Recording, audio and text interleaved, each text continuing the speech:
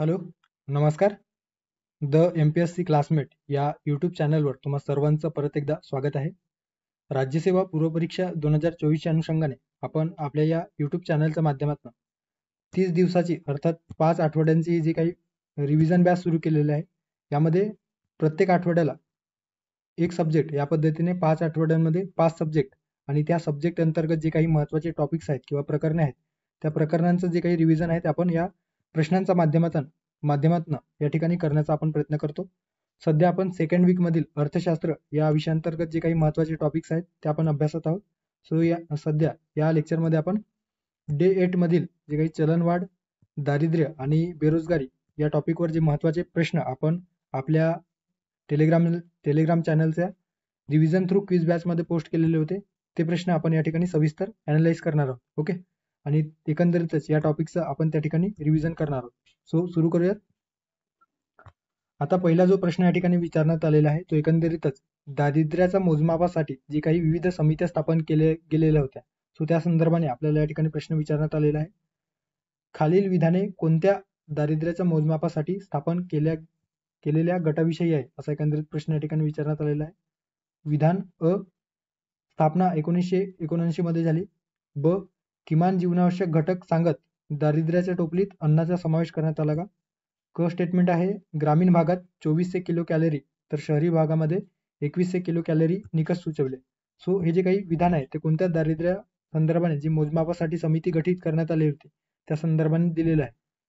लकडावाला समिती, YK अलग समिती, सुरेश तेंडुलकर समिती की PD ओझा समिती. ओके, सो या ठिकाणी जे काही अलग समिती आहे, सो अलग समितीच्या बाबतीत हे जे काही विधान आहे ते आपल्याला दिल्याचे दिसून येतो. ओके, सो अलग समिती जी 1979 मध्ये गठीत करण्यात आली होती. YK अलग यांच्या अध्यक्षतेखाली नियोजन आयोगाने ही जी समिती आहे ती गठीत केली होती आणि या समितीने पौष्टिक गरज अर्थात जी काही न्यूट्रिशन ची जी काही रिक्वायरमेंट आहे ग्रामीण आणि शहरी भागामध्ये आणि त्यानुसार त्यावर उपभोग खर्चाचा विचार करून ग्रामीण तसेच शहरी भागांसाठी एक दारिद्र्य रेषा तयार केली आणि या समितीने किमान जीवनावश्यक गरज ही अन्न असल्याचे सांगत. ओके, सो किमान जीवनावश्यक गरज म्हणजे काय तर अन्न आहे अशा पद्धतीने त्यांनी शिफारस केली आणि त्यानुसार दारिद्र्याच्या टोपलीमध्ये अन्न घटकाचा समावेश करावा अशी शिफारस देखील गव्हर्नमेंटकडे अर्थात जी काही नियोजन आयोग होते त्याकडे केलेली होती. ग्रामीण भागासाठी 2400 किलो कॅलरी प्रतिदिन प्रति व्यक्ती. ओके, तर शहरी भागामध्ये 2100 किलो कॅलरी प्रतिदिन प्रति व्यक्ती असा जो काही निकष आहे अन्नाच्या संदर्भात.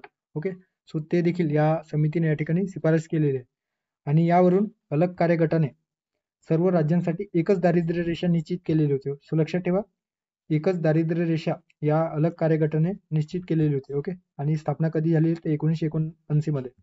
त्यानंतर एक महत्वाची समिती आहे गौरव दत्त व मॉर्टिन रेव्हलियन या समितीची स्थापना 1989 ला झालेली होती.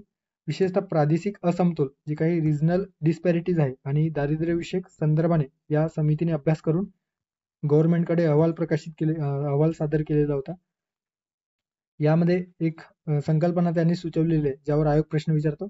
सो दारिद्र्याच्या पलीकडे अशी एक संकल्पना त्यांनी सुचवली ज्याला दारिद्र्य अंतर किंवा पॉवर्टी गॅप अशा पद्धतीने इंग्लिशमध्ये म्हटलं गेलेलं आहे. ओके, सो हे जी काही दारिद्र्य अंतर ही जी संकल्पना आहे ती गौरव दत्त व मार्टिन रेव्हलियन यांनी सुचवलेलं आहे. ओके, त्यानंतर महत्वाची समिती आहे DT लकडावाला समिती. सो हे देखील लक्षात ठेवा. 1993 मध्ये या समितीची स्थापना करण्यात आलेली होती.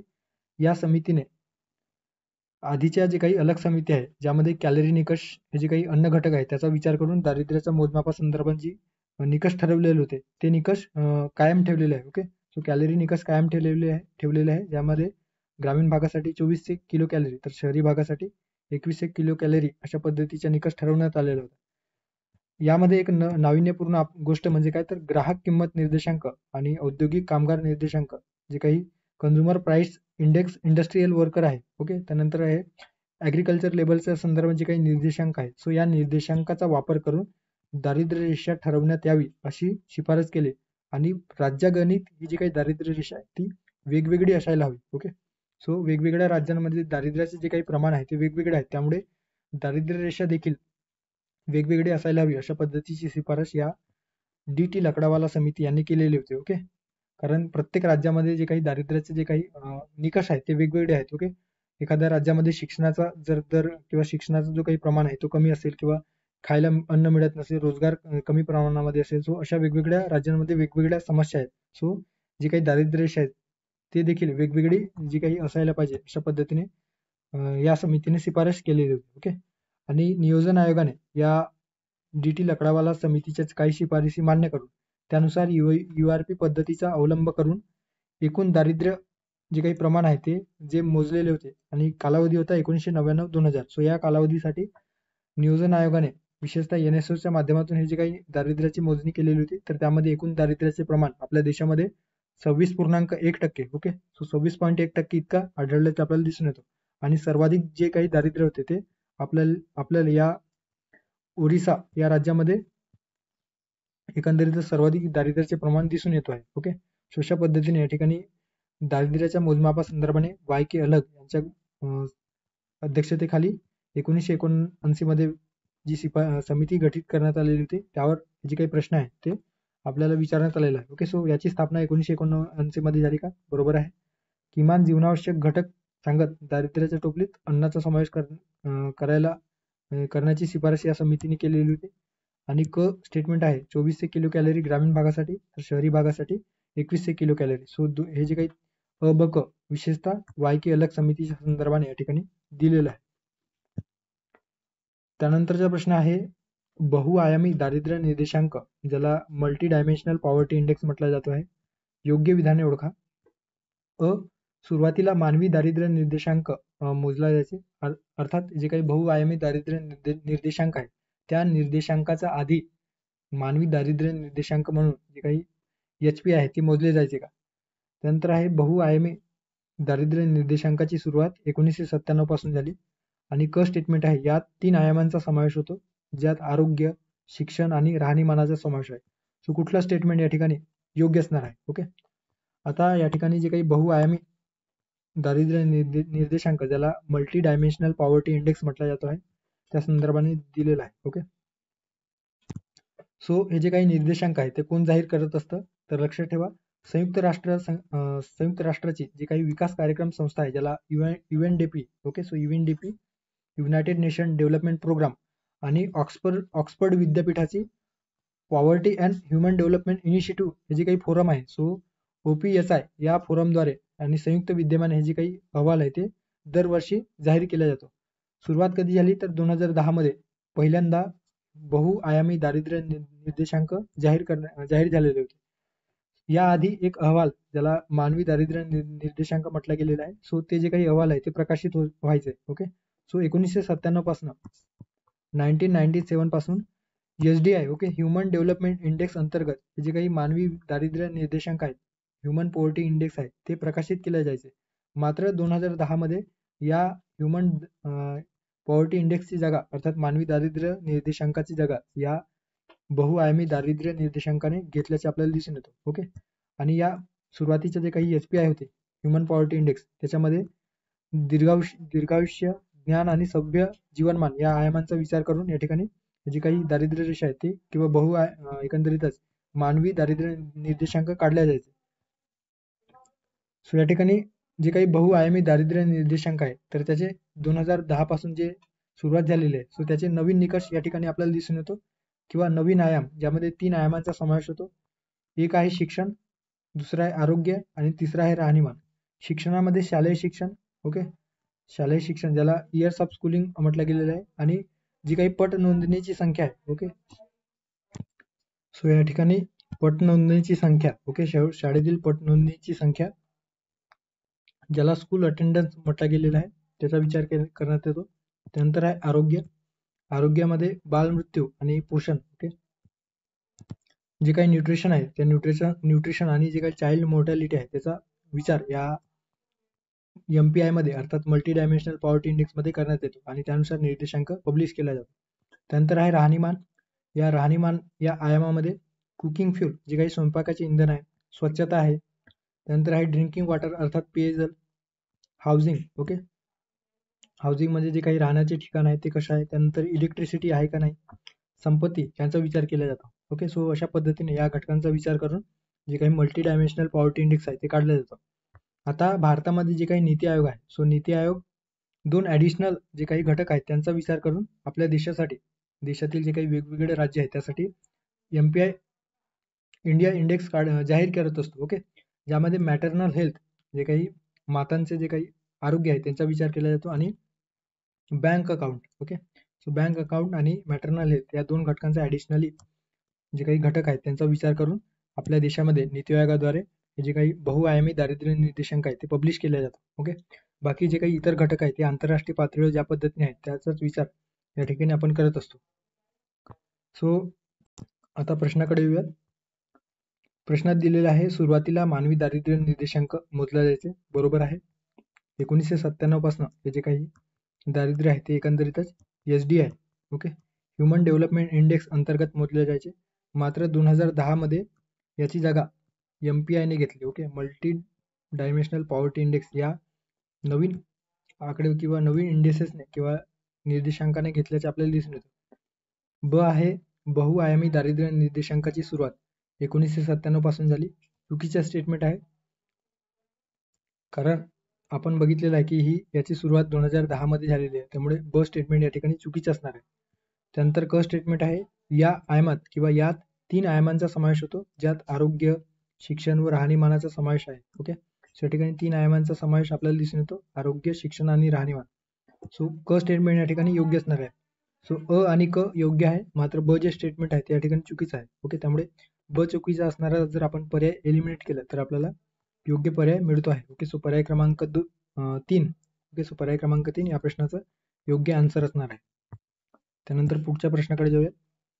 आता पुढचा जो प्रश्न आहे तो एकंदरीतच दारिद्र्याच्या प्रकारासंदर्भाने, जे काही सापेक्ष दारिद्र्य आणि निरपेक्ष दारिद्र्य असे दारिद्र्याचे 2 प्रकार आहेत. सो त्या संदर्भाने या ठिकाणी प्रश्न विचारण्यात आलेला आहे. खालील विधानांचा विचार करा. निरपेक्ष दारिद्र्य म्हणजे उत्पन्नाची तुलना करून मोजलेले दारिद्र्य. ब आहे, सापेक्ष दारिद्र्य म्हणजे किमान जीवनावश्यक गरजांची पूर्ततेवरून मोजलेले दारिद्र्य.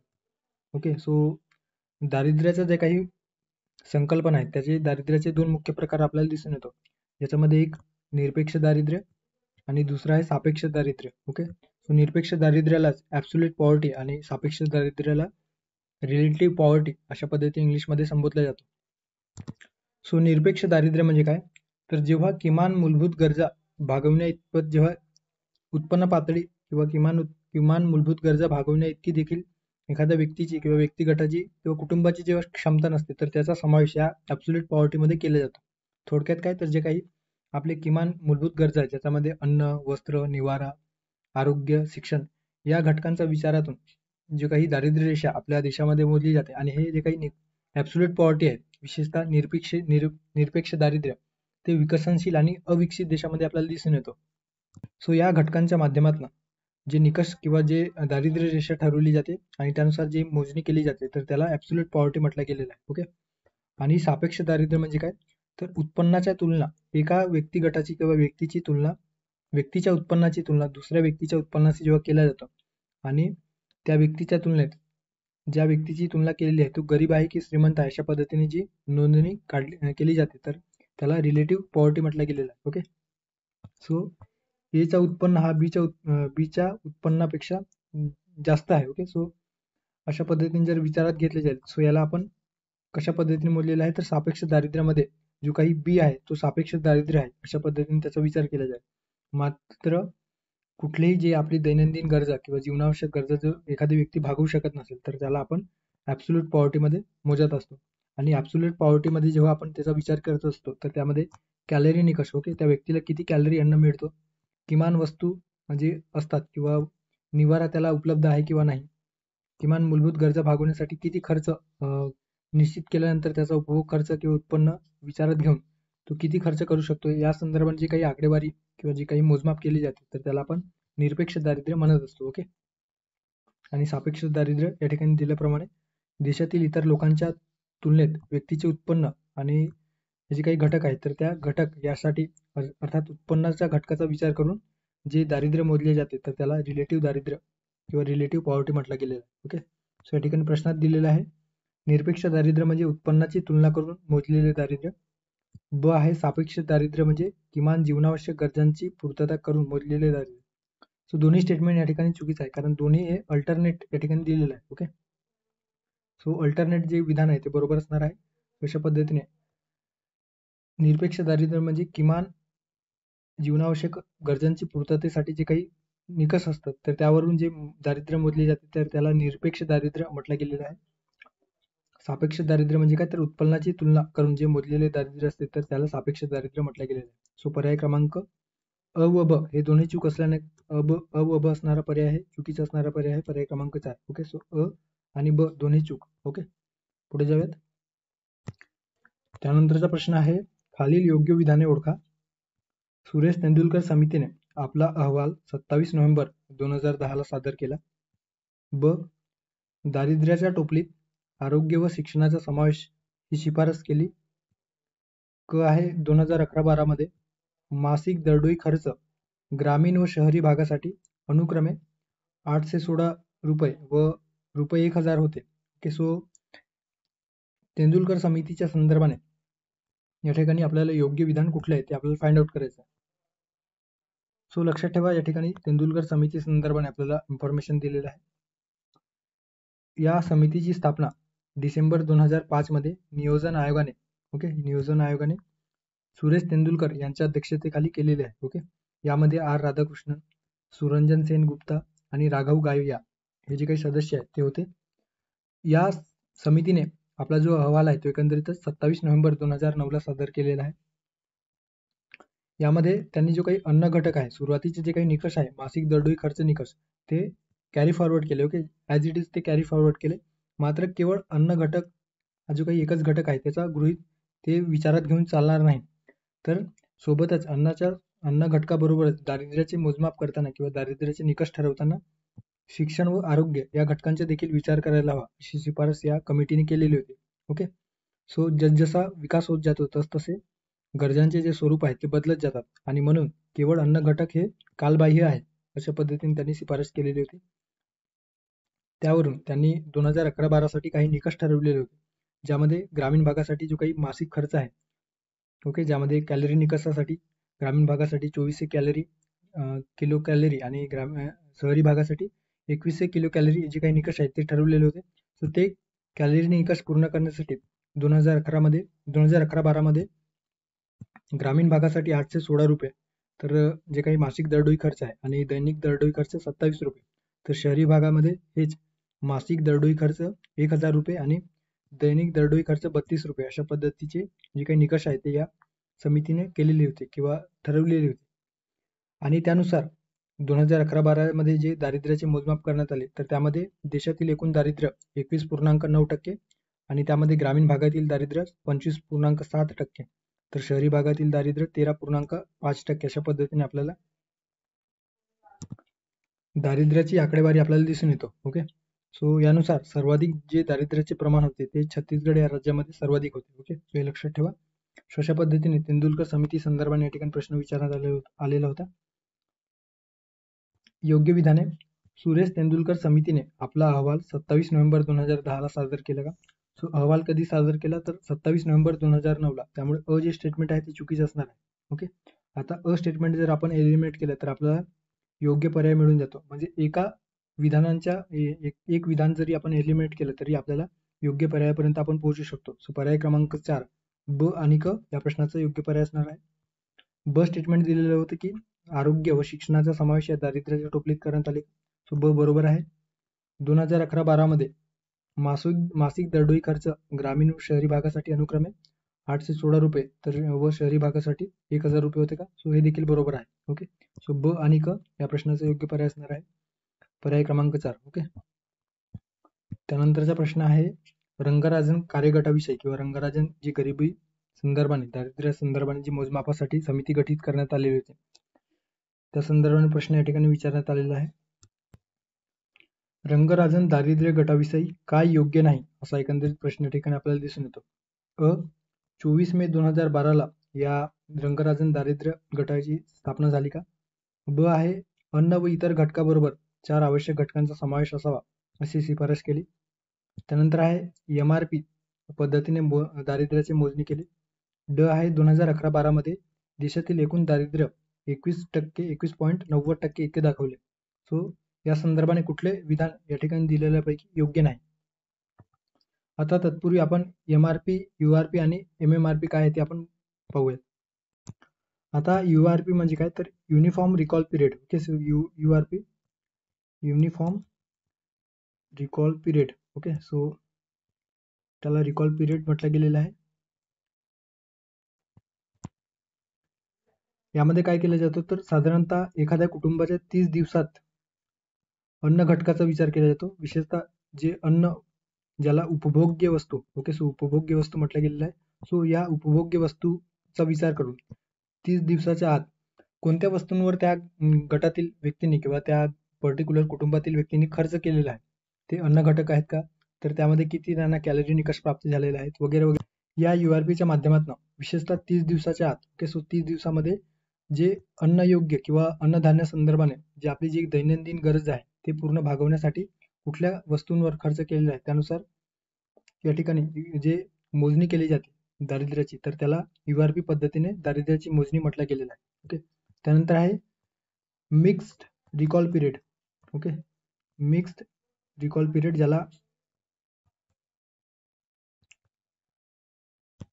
रिकॉल पिरियड ज्याला MRP म्हटलं गेलेलं. याच्यामध्ये काय केलं जातं, तर ते URPचा समावेश असतो याच्यामध्ये, ज्या आधी आपण बघितलेला आहे. ओके, ज्यामध्ये 30 दिवसाच्या आत अन्नधान्य किंवा उपभोग्य वस्तूंचा जो उपभोग घेतला जातो आणि त्यासाठी जो काही खर्च केला जातो त्याचा विचार या ठिकाणी केला जातो. सोबतच 365 दिवसाच्या आतमध्ये किंवा 365 दिवसात जे गैरखाद्य पदार्थ किंवा गैरखाद्य वस्तू असतात, तर त्या वस्तूंचा, ज्याला गैरखाद्य वस्तू म्हटलं गेलेलं आहे, गैरखाद्य वस्तू. ओके, सो या गैरखाद्य वस्तूंचा विचारात घेऊन त्या गैरखाद्य वस्तूंमध्ये 5 प्रकारचे, ओके, सो 5 प्रकारचे जे काही 5 प्रकारचे गैरखाद्य वस्तूंचा विचार केला जातो, ज्यामध्ये कपडे असतील. ओके, त्यानंतर आहे चपला, त्याच्यानंतर शिक्षणाचा देखील या ठिकाणी विचार केला जातो की 365 दिवसामध्ये त्याला योग्य तो शिक्षण मिळतो आहे किंवा नाही. आरोग्याचा खर्च 365 दिवसाच्या कालामध्ये किती खर्च केलेला आहे. ओके, आरोग्य आणि टिकाऊ वस्तू. ओके, सो टिकाऊ वस्तू या घटकांचा विचार करून जेव्हा 365 दिवसाच्या कालावधीमध्ये जी मोजणी केली जाते, तर त्याला मिक्स रिकॉल पिरियड म्हटलं गेलेलं आहे. ओके, सो याच्यामध्ये URP असतो प्लस त्याच्यामध्ये 365 दिवसात त्या 5 प्रकारच्या गैरखाद्य वस्तूंसाठी जो खर्च केला जातो त्याचा समावेश असतो. त्यानंतर आहे MMRP. याचा अर्थ होतो modified mixed recall period. Okay, so modified mix recall period. Okay, या ठिकाणी काय केलं जातं, तर ते URPचा समावेश या ठिकाणी असतोच, सोबत MRP देखील असतो. ओके, याआधी बघितलं ते त्याचा समावेश असतो. मात्र यामध्ये आणखी 7 दिवसाच्या कालावधीमध्ये जे काही नाशवंत घटक असतात, नाशवंत म्हणजे काय, तर जे लवकर खराब होणारे जे अन्न पदार्थ असतात, त्या अन्न पदार्थामध्ये आणि जे हाय प्रोटीन देणारे किंवा हाय न्यूट्रिशन असतात, ज्यामध्ये खाद्यतेल असतील, अंडी असेल, मासे असतील, मांस, भाजीपाला, फळे असतील, मसाले किंवा नाश्ता किंवा प्रक्रिया केलेले अन्न असतील. ओके, सो या घटकांचा 7 दिवसाच्या आतमध्ये किती कंझम्पशनसाठी त्या कुटुंबाने किंवा त्या पर्टिक्युलर व्यक्तीने किती खर्च केला, जेव्हा हे देखील विचारात घेऊन जी दारिद्र्याची किंवा पोवर्टी मोजली जाते किंवा दारिद्र्याचे मोजमाप केले जातो, सो त्याला MMRP आधारित दारिद्र्याची मोजणी अशा पद्धतीने म्हटलं जातं. ओके, सो 7 दिवसाच्या आत नाशवंत घटक, MRP पद्धती आणि URP या तीनही घटकांचा विचार करून जेव्हा दारिद्र्याची मोजणी केली जाते, तर त्याला MMRP या पद्धतीने मोजलेली रिकॉल पिरियड म्हटलं गेलेलं आहे. ओके, सो या ठिकाणी सी रंगराजन संदर्भात दिलेलं आहे. 24 मे 2012 रोजी नियोजन आयोगाद्वारे ही सी रंगराजन जी समिती आहे ती गठीत करण्यात आली. याचे जे इतर सदस्य होते त्यामध्ये महेंद्र देव, डॉक्टर के सुंदरम, डॉक्टर महेश व्यास आणि KL दत्ता यांचा समावेश होतो. या समितीने आपला अहवाल 30 जून 2014 सादर केलेला होता. दारिद्र्याच्या टोपलीमध्ये अन्न या घटकाबरोबर 4 आवश्यक घटकांचा स्वीकार करावा अशी शिफारस यांनी केलेली होती, ज्यामध्ये शिक्षण, कपडे, निवारा, वाहन खर्च. ओके, सो कपडे, त्यानंतर आहे शिक्षण निवारा व वाहन खर्च याचा समावेश या दारिद्र्याच्या टोपलीत करावा अशा पद्धतीने या सी रंगराजन या समितीने केलेले होते. यांनी जेव्हा दारिद्र्याची मोजणी केली तर ते मॉडिफाईड मिक्स रिकॉल पिरियडच्या माध्यमातून केलेले होते. ओके, सो याआधी आपण बघितलेलं आहे काय ते. ओके, सो या दारिद्र्याची मोजणी मॉडिफाईड मिक्स रिकॉल पिरियडने केलेली होती. त्यानुसार सुरुवातीला त्यांच्या एकंदरीतच दारिद्र्यविषयक जे काही निकष होते त्यामध्ये काही बदल त्यांनी केलेलं होतं, ज्याच्यामध्ये सुरुवातीचे जे ग्रामीण भागासाठी जे कॅलरी निकष होते ते 2400 वरून आता त्यांनी 2155 असे केलेले होते. आणि त्या 2155 निकष कॅलरी निकष प्राप्त करण्यासाठी ग्रामीण भागातील एका व्यक्तीला मासिक खर्च 972 रुपये तर प्रतिदिन खर्च 32 रुपये अशी एकंदरीत तरतूद त्यांनी केलेली होती. तर शहरी भागासाठी जे सुरुवातीला 2100 कॅलरी निकष होते तर ते आता 2090 करण्यात आले, ज्यामध्ये शहरातील जे काही एका व्यक्तीला जे काही निकष आहे ते निकष पूर्ण करण्यासाठी 2009 कॅलरीज प्राप्त करण्यासाठी मासिक खर्च 1407 रुपये तर प्रतिदिन जो खर्च आहे तो 47 रुपये येईल अशा पद्धतीने त्यांनी एकंदरीतच जे काही निकष आहे ते सुचवलेलं होतं. आणि त्यानुसार 2011-12 मध्ये जे दारिद्र्याची जी मोजणी करण्यात आलेली होती त्यामध्ये 29.5% हे एकूण दारिद्र्याचे प्रमाण आपल्या भारतामध्ये दिसून आले, ज्यात ग्रामीण भागामध्ये 30.9% तर शहरी भागामध्ये 26.4% इतके दारिद्र्य आपल्याला दिसून येतात. ओके, सो लक्षात ठेवा. आता आपण प्रश्नाकडे येऊयात. प्रश्नात दिलेला आहे की या आयोगाची स्थापना 24 मे 2012 करण्यात आली का? सो या ठिकाणी दिलेलं आहे, बरोबर आहे.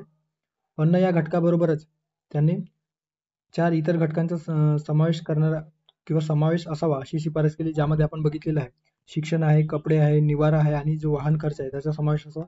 सो ब देखील या ठिकाणी योग्य असणार आहे. ओके, सो अ आणि ब या ठिकाणी योग्य आहे. त्यानंतर तिसरा आहे MRP पद्धतीने दारिद्र्याची मोजणी केली का? तर चुकीचं आहे. MMRP पद्धतीने दारिद्र्याची मोजणी केलेली आहे, त्यामुळे क या ठिकाणी चुकीचं आहे. 2011-12 मध्ये देशातील एकूण दारिद्र्य 21.90% किंवा 21.90% दाखवले का? सो 2011-12 मध्ये जे काही एकूण दारिद्र्य आहे ते 29.5% किंवा 29.50% असं होतं, त्यामुळे क आणि ड या ठिकाणी चुकीचं आहे. ओके, सो क आणि ड आणि आपल्याला योग्य नाही विचारलेलं आहे. सो योग्य कुठले नाही आहे तर क आणि ड असणारा पर्याय आहे पर्याय क्रमांक 3.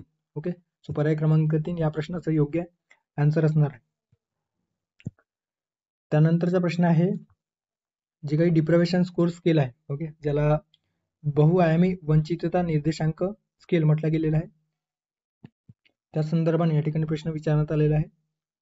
रमेश व त्याचे कुटुंब दारिद्र्य मोजणीच्या वंचितता निर्देशांकात जे काही गुण आहे 20 ते 33च्या दरम्यान असल्यास त्या किंवा त्याचा कोणत्या श्रेणीत समावेश होतो आहे असा एकंदरीत प्रश्न आहे. धोका नाही, असुरक्षित, बहुआयामी गरीब, तीव्र आयामी गरीब. ओके, सो जे काही डिप्रायव्हेशन स्केल आहे, ओके, सो यालाच बहुआयामी दारिद्र्य वंचितता निर्देशांक म्हटलं जातो. हे विशेषतः बहुआयामी दारिद्र्य निर्देशांका संदर्भाने याचा विचार केला जातो किंवा या निकषानुसार जे काही घटक आहेत ते मोजले जातात. ओके, सो ज्याच्यामध्ये एखाद्या देशातील किती प्रमाणामध्ये जी लोक आहेत ते वल्नरेबल सेक्शनमध्ये आहेत, डिप्राइव्ड किती आहेत, सो अशा पद्धतीने कॅटेगरायझेशन या स्केलच्या माध्यमातून केले जाते. सो वंचितता निर्देशांक श्रेणी हे जाहीर केले जाते, याच्यामध्ये 0 ते 100 गुण असलेले जे काही निर्देशांक आहेत ते या ठिकाणी आपल्याला दिसून येतो. ओके, सो 0 म्हणजे कमी जितकं गुण राहील तितकं चांगला, म्हणजे दारिद्र्याच्या बाहेर आहे किंवा दारिद्र्य त्या प्रमाणामध्ये नाही असं आपण म्हणू शकतो. सो 0 हे आपल्याला पॉझिटिव्ह किंवा दारिद्र्य नसणे हे दर्शवतो, तर 100 म्हणजे तीव्र स्वरूपाचा दारिद्र्य किंवा तीव्र स्वरूपाचा जीवनावश्यक किंवा इतर घटकांचा अभाव. ओके, आता ज्या कुटुंबाला 33.33 पेक्षा जास्त गुण असते तर त्या कुटुंबाचा समावेश या बहुआयामी दारिद्र्य निर्देशांकात अर्थात डिप्राइव्ह या कॅटेगरीमध्ये केला जातो. आणि ज्या कुटुंबाचा समावेश 20 ते 33% या दरम्यान असतो तर त्याचा समावेश या वल्नरेबल या कॅटेगरीमध्ये केला जातो आहे. ओके, ज्या असुरक्षित म्हणून या ठिकाणी दिलेलं आहे. ओके, ज्या कुटुंबाला 50 पेक्षा जास्त गुण असतील तर त्याला तीव्र स्वरूपाचा बहुआयामी दारिद्र्य म्हटलं गेलेलं आहे, ज्याला सिव्हिअरली डिप्राइव्ड. ओके, आणि 20 पेक्षा खाली असेल, ओके, सो 20 ते 1च्या दरम्यान असेल तर त्याला अभावहीन दारिद्र्य, म्हणजे दारिद्र्याच्या तितकासा प्रमाण त्याच्यावर कुठलाही परिणाम करणार नाही अशा पद्धतीने 20 पेक्षा खाली असणाऱ्या कुटुंबाला संबोधलं जातं. ओके, सो या ठिकाणी आपल्याला प्रश्नात दिलेला होता की रमेश व त्याचे कुटुंब दारिद्र्य मोजणीच्या वंचितता निर्देशांक श्रेणीमध्ये 20 ते 33 दरम्यान आहेत तर त्यांचा समावेश कुठल्या श्रेणीमध्ये होईल? ओके, सो त्याचा समावेश कुठल्या होईल 20 ते 33च्या दरम्यान आहे. वल्नरेबल म्हणजे असुरक्षित. सो पर्याय क्रमांक 2 या प्रश्नाचं योग्य पर्याय असणार आहे. त्यानंतरचा प्रश्न आहे बेरोजगारी संदर्भाने. या ठिकाणी आपल्याला प्रश्न विचारण्यात आलेला आहे. खालील विधाने कोणत्या बेरोजगारीचे निर्देशक आहेत? ओके, हे विशेषतः ग्रामीण भागामध्ये दिसून येते. ब आहे, यात उत्पादनाची सीमांत उत्पादकता नगण्य असते. वाढती लोकसंख्या हे या बेरोजगारीसाठी कारणीभूत आहे. त्यानंतर ड आहे, भारतासारख्या देशात या बेरोजगारीचे जे प्रमाण आहे ते मोठ्या प्रमाणात आहे. ओके, सो कुठल्या दारिद्र्यासंदर्भाने या ठिकाणी विधाने दिलेली आहेत. ओके, सो ग्रामीण भागातील जे काही दारिद्र्य किंवा बेकारी आहे त्या संदर्भाने या ठिकाणी प्रश्न दिलेला आहे. सो बेरोजगारीचे 2 प्रकार मुख्यतः आपण बघतो आहोत, ज्यामध्ये ग्रामीण बेरोजगारी आणि शहरी बेरोजगारी. ग्रामीण बेरोजगारीमध्ये हंगामी बेरोजगारी आणि छुपी किंवा प्रचंड बेरोजगारी, ज्याला सीमांत उत्पादकता शून्य असणारी बेरोजगारी देखील म्हटलं जात आहे. ओके, सो लक्षात ठेवा. छुपी किंवा प्रचंड बेरोजगारी. आणि शहरी भागामध्ये सुशिक्षित बेरोजगारी, औद्योगिक बेरोजगारी, ज्याच्यामध्ये औद्योगिकीकरणामुळे काही जे बदल घडून आलेले आहेत अर्थव्यवस्थेमध्ये, सो त्यामुळे जे बेरोजगारी निर्माण झालेली आहे, सो त्याचा समावेश या औद्योगिक बेरोजगारीमध्ये कन्सिडर किंवा कॅटेगरायझेशन केलं जातं, ज्यामध्ये तांत्रिक बेरोजगारी असेल, सक्रिय बेरोजगारी असेल, संघर्षजन्य बेरोजगारी असेल, संरचनात्मक बेरोजगारी असेल, न्यूनत्व बेरोजगारी असेल, सो याचा समावेश या शहरी बेरोजगारीमध्ये केला जातो. ओके, आता हंगामी बेरोजगारी म्हणजे काय? तर ग्रामीण भागामध्ये विशेषतः आपल्याला हंगामी बेरोजगारी दिसून येतो. भारतातील ग्रामीण भागात जे काही रोजगार हे प्रामुख्याने शेती क्षेत्रावर अवलंबून असतात. मात्र शेती वगळता किंवा शेतीचा जो काही पिरियड असतो किंवा कालावधी असतो, त्यानंतर जे काही कष्ट करणारे जे मजूर असतात किंवा काम करणारे जे मजूर असतात, शेतकरी वर्ग असतो, ते एकंदरीत बेरोजगार होतात. सो विशिष्ट हंगामासाठी ते एकंदरीत त्यांना रोजगार प्राप्त होतो आणि त्या हंगामानंतर ते बेरोजगार असतात, म्हणून त्याला हंगामी बेरोजगारी म्हटलं गेलेलं आहे. यामध्ये शेतकरी व्यतिरिक्त पर्यटनासाठी जे काही कर्मचारी किंवा जे मजूर असतात, सो त्यांचा देखील या ठिकाणी समावेश होतो. बँड पथकवाले, ओके, लग्न समारंभाच्या वेळेस त्यांना काम मिळतो, मात्र इतर कालावधीमध्ये त्यांना बेरोजगारीत राहावं लागतं. त्यानंतर साखर कारखाना, ओके, ऊसतोडीच्या हंगामामध्ये त्यांना रोजगार प्राप्त होत असतो, मात्र त्यानंतर त्यांना बहुतेक वेळा किंवा बहुत कालावधीसाठी आपल्याला ते बेरोजगारीत असल्याचे दिसून येतो. बर्फ फॅक्टरीमध्ये काम करणारे कामगार किंवा बर्फ विकणारे किंवा जे काही थंड पेय किंवा शीतपेय विकणारे जे काही कामगार आहेत, त्यांचा समावेश या हंगामी बेरोजगारीमध्ये आपण करत असतो. त्यानंतर दुसरा प्रकार आहे छुपी किंवा प्रचंड बेरोजगारी, आणि त्यावरच जे विधान दिलेलं आहे, सो या छुपी किंवा प्रचंड बेरोजगारीच्या संदर्भात आपल्याला दिसून येतं. विशेषतः अतिलोकसंख्येच्या अविकसित व विकसनशील देशामध्ये जे ग्रामीण भागामध्ये बेरोजगारी दिसून येते, ती या स्वरूपाची असते. आता ग्रामीण भागामध्ये औद्योगिक विकास कमी असल्यामुळे जे काही रोजगाराच्या संधी मुबलक प्रमाणामध्ये नसतात. ओके, सो शेती ही एकमेव घटक आहे ज्यामध्ये बऱ्याच जे काही ग्रामीण भागातील लोक आहेत किंवा काम करणारे मजूर आहेत त्यांना रोजगार प्राप्त होत असतो. ओके, शेती व्यतिरिक्त दुसरा जो काही श्रम आहे किंवा रोजगार आहे तर त्यांना प्राप्त होत नसतो. सो अशा वेळेस काही वेळेस काय केलं जातं, तर ते शेती क्षेत्रावर जास्तीचे मजूर एकंदरीत त्या शेतीमध्ये राबविले जातात किंवा त्या ठिकाणी त्या शेती क्षेत्रावर काम करत असतात.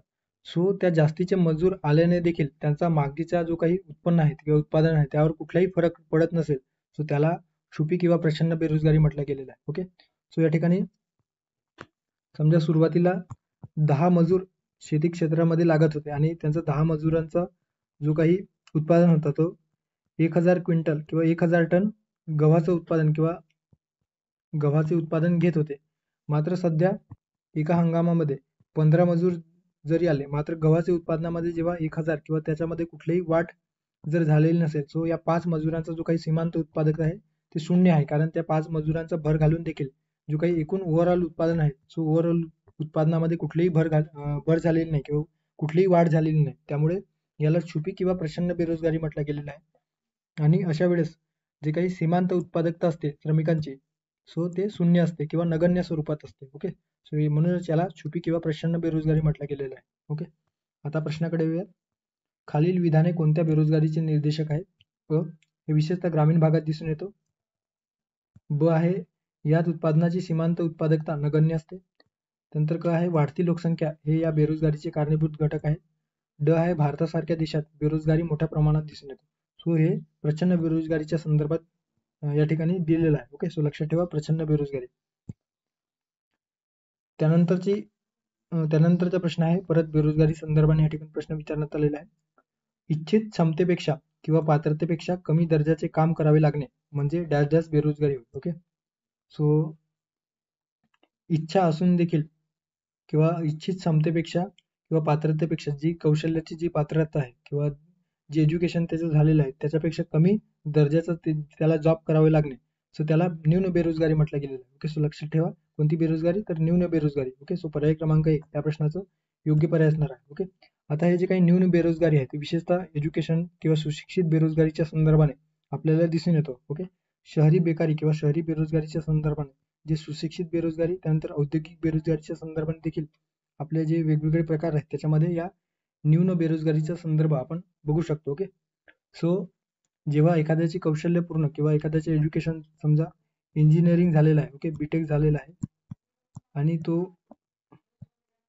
एखादा क्लरिकल जॉबमध्ये किंवा त्याला क्लरिकल जॉब मिळाली असेल आणि तो त्या क्लरिकल जॉबमध्ये अडकलेला असेल, तर त्याला न्यून बेरोजगारी म्हटलं गेलेलं आहे. ओके, कारण त्याच्या क्षमतेपेक्षा ते जॉब जे आहे ते त्याला दुय्यम वाटतो किंवा एकंदरीत त्याच्या कौशल्यापेक्षा ते दुय्यम आहे, त्यामुळे त्याला न्यून बेरोजगारी म्हटलं गेलेलं आहे. सो पर्याय क्रमांक 1 त्या प्रश्नाचं योग्य पर्याय असणार आहे. ओके, सो सुशिक्षित बेरोजगारी आणि औद्योगिक बेरोजगारी, सो याच्यामध्ये तांत्रिक बेरोजगारी तंत्रज्ञानामुळे, नवनवीन तंत्रज्ञानाच्या शोधामुळे किंवा नवनवीन तंत्रज्ञानाच्या इनोव्हेशनमुळे जेव्हा रोजगारामध्ये कपात केली जाते आणि जे रोजगारात असलेले जे व्यक्ती असतात ते बेरोजगार होतात, सो अशा वेळेस तांत्रिक बेरोजगारी उद्भवत असतो. त्यानंतर संघर्षजन्य बेरोजगारी, विशेषतः जे काही वार असेल, युद्धजन्य परिस्थिती असेल, मागणी असतील वेगवेगळ्या कामगार मालक यांच्यामधील वाद असतील, सो संघर्षामुळे जे काही बेरोजगारी उद्भवतो, ओके, सो त्याला संघर्षजन्य बेरोजगारी. सक्रिय बेरोजगारी म्हणजे काय, तर तेजी मंदीच्या परिस्थितीमुळे, ओके, जेव्हा अर्थव्यवस्थेवर तेजी मंदीची परिस्थिती असते आणि अशा वेळेस जर मंदीची परिस्थिती असली तर विशेषतः लोकांना काम उपलब्ध होत नाही आणि त्यामुळे काय, तर त्यांचे ते बेरोजगार असतात, सो त्याला चक्रीय बेरोजगारी म्हटलं गेलेलं आहे. संरचनात्मक बेरोजगारी म्हणजे काय, तर एकंदरीत कामाचा जो स्ट्रक्चर आहे तो चेंज झाल्यामुळे जे नोकर कपात आहे किंवा मजुरांची जी काही भर आहे ते कमी प्रमाणात आपल्याला दिसून येतो किंवा नोकरी जी आहे ते कपात केली जाते, तर त्याला संरचनात्मक बेरोजगारी. आणि न्यून बेरोजगारी म्हणजे काय, तर कार्यक्षमतेपेक्षा किंवा पात्रतेपेक्षा कमी दर्जाचे काम करावं लागणे. ओके, सो न्यून बेरोजगारी. सो पर्याय क्रमांक 1 या प्रश्नाचं योग्य पर्याय असणार आहे. त्यानंतरचा प्रश्न आहे रोजगारीत असलेले लोकसंख्या प्रमाण WPR. Okay, so work participation rate. Okay, so worker participation rate म्हटलं गेलेलं आहे. सो रोजगारीत असलेले लोकसंख्या प्रमाण काढण्यासाठी डॅश डॅश याला एकूण लोकसंख्येने भागले जाते. सो कशाला एकूण लोकसंख्येने भागली जाते, श्रमशक्ती, बेरोजगारीतील लोक, रोजगारीतील लोक, कार्यशील गट. ओके, सो या ठिकाणी वेगवेगळे जे काही घटक आहेत किंवा कामगार किंवा बेरोजगारी संदर्भाने, अनएम्प्लॉयमेंट संदर्भाची संकल्पना आहे ते दिलेलं आहे. कार्यकारी गट म्हणजे काय, तर 15 ते 64 वयोगटातील जे लोकसंख्या असतात तर त्याला कार्यकारी गट किंवा कार्यक्षम गट म्हटलं जातो. ओके, जे लोकसंख्या लाभांशामध्ये ते आपले जे काही कार्य आहे ते एकंदरीत देशाचा लोकसंख्या लाभांश वाढवण्याचे कार्य करत असतात.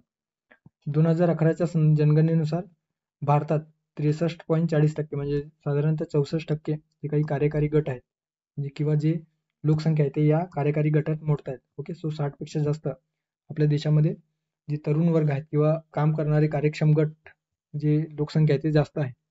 त्यानंतर श्रमशक्ती म्हणजे काय, तर आर्थिकदृष्ट्या कामात सक्रिय असणे किंवा कामात सक्रिय असलेली लोकसंख्या, यामध्ये रोजगारीत म्हणजे ज्याला रोजगार मिळालेला आहे आणि रोजगारीच्या शोधात आहे अशा दोन्हींचा समावेश असतो. Okay, so श्रमशक्ती. आता लेबर फोर्स पार्टिसिपेशन रेट काढण्यासाठी कोणत्या सूत्राचा वापर केला जातो, तर श्रमशक्ती अपॉन एकूण लोकसंख्या. ओके, सो श्रमशक्ती डिवायडेड बाय एकूण लोकसंख्या यानुसार लेबर फोर्स पार्टिसिपेशन रेट काढला जातो. त्यानंतर आहे कामगार लोकसंख्या गुणोत्तर, ज्याला वर्कर पार्टिसिपेशन रेट किंवा वर्क पार्टिसिपेशन रेट म्हटलं गेलेलं आहे. सो यामध्ये रोजगारीत असलेल्या एकूण लोकसंख्येतील व्यक्तींचे जे प्रमाण असतात, ओके, सो रोजगारीत असलेल्यांचे एकूण लोकसंख्येतील व्यक्तींचे प्रमाण जेव्हा काढला जातो तर त्यास कामगार लोकसंख्या गुणोत्तर म्हटलं गेलेलं आहे आणि तेच या ठिकाणी प्रश्नात विचारलेलं आहे. सो WPR काढण्यासाठी रोजगारीत असणारे लोक आणि एकूण लोकसंख्या अशा पद्धतीने प्रमाण काढलं जातं. ओके, सो या ठिकाणी WPR काढण्यासाठी अर्थात लोकसंख्या प्रमाण रोजगारीत असलेली लोकसंख्या प्रमाण काढण्यासाठी रोजगारीतील लोक याला एकूण लोकसंख्येने भागले जाते. ओके, सो पर्याय क्रमांक 3 या प्रश्नाचं योग्य पर्याय असणार आहे. ओके, त्यानंतर आहे बेरोजगारीचा दर, ज्याला अनएम्प्लॉयमेंट रेट किंवा रेशो म्हटलं गेलेलं आहे. सो बेरोजगार लोकसंख्येचे एकूण लोक श्रमशक्तीची असलेले जे प्रमाण असते, सो ते त्यानुसार अनएम्प्लॉयमेंट रेट काढले जाते. ओके, सो श्रमशक्ती म्हणजे काय, तर आपण बघितलेलं आहे जे रोजगारी आहेत किंवा रोजगाराच्या शोधात आहेत त्यांचा समावेश श्रमशक्तीमध्ये होतो. आणि बेरोजगारीतील लोक डिवायडेड बाय श्रमशक्ती यानुसार बेरोजगारीचा दर काढला जातो. ओके, सो हे फॉर्म्युले लक्षात ठेवा. आता या ठिकाणी काही लेटेस्ट मधील आकडेवारी आहेत ते देखील तुम्ही लक्षात ठेवू शकता. जे काही लेबर फोर्स पार्टिसिपेशन रेट आहे 2022-23 नुसार युज्युअल स्टेटसनुसार त्याच्यामध्ये 57.9% अशा एकंदरीतच आपल्याला 57.9% जवळपास आपल्याला labour participation rate force participation rate आपल्याला दिसून येतो. ओके, त्यानंतर आहे WPR वर्क पार्टिसिपेशन रेट 56% आहे आणि जे काही युआर दर किंवा अनएम्प्लॉयमेंट रेट आहे ते एकंदरीतच 3.2% आपल्याला दिसून येतो. ओके, सो 22-23च्या अनुषंगाने या ठिकाणी जी आकडेवारी आहे ती आकडेवारी या ठिकाणी लक्षात ठेवा. Okay, 3.2 unemployment rate. त्यानंतरचा प्रश्न आहे, आता या ठिकाणी जे काही बेरोजगारीचे जे मापनाची वेगवेगळ्या पद्धती आहेत तर त्या संदर्भाने या ठिकाणी आपल्याला प्रश्न विचारण्यात आलेला आहे. सो या ठिकाणी प्रश्नात काय विचारलेलं आहे, तर वर्तमान साप्ताहिक स्थिती ज्याला करंट विकली स्टेटस. ओके, सो अशा पद्धतीने करंट विकली स्टेटस म्हटलं गेलेलं आहे. याबाबत योग्य विधाने ओळखा. अ आहे, यात आठवड्यात एकही तास काम न मिळणाऱ्याला बेरोजगार समजले जाते. ब आहे, याद्वारे काढलेला बेरोजगारीचा दर हा वैयक्तिक दर असतो. क आहे, याद्वारे आंशिक, अल्पकालीन, हंगामी व चक्रीय बेरोजगारी कळते. ओके, सो कळते आहे या ठिकाणी लक्षात ठेवा. सो कुठला स्टेटमेंट या ठिकाणी योग्य असणार आहे. ओके, आता बेरोजगारी मोजण्याची जे वेगवेगळ्या पद्धती आहेत त्याच्यामध्ये प्रामुख्याने 3 पद्धतीचा अवलंब केला जातो.